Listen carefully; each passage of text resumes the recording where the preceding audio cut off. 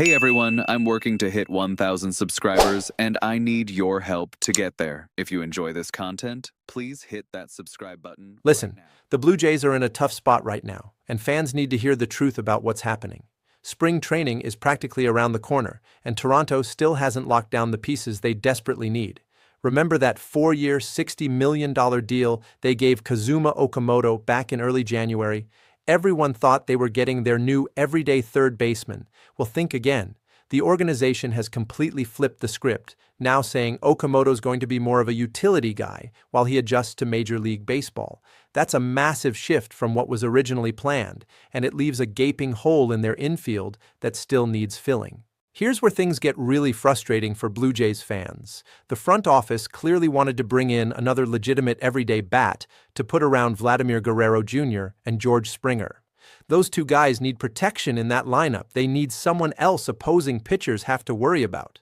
But instead of making it happen, Toronto has basically watched their entire shopping list get bought up by other teams. Alex Bregman, gone to the Cubs. Kyle Tucker, heading to the Dodgers. And here's the one that probably stings the most for the fan base. Their own homegrown all-star Bo Bichette just left for the Mets. That's not just losing out on free agents, that's watching your own talent walk out the door to a division rival.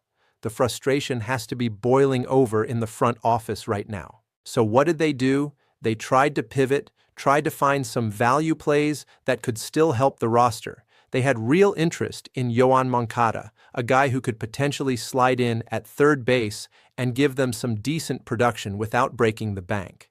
According to Francis Romero, Toronto was definitely in on Moncada, trying to work something out. But Wednesday brought more bad news. Moncada chose the Angels instead, signing a one-year deal worth $4 million.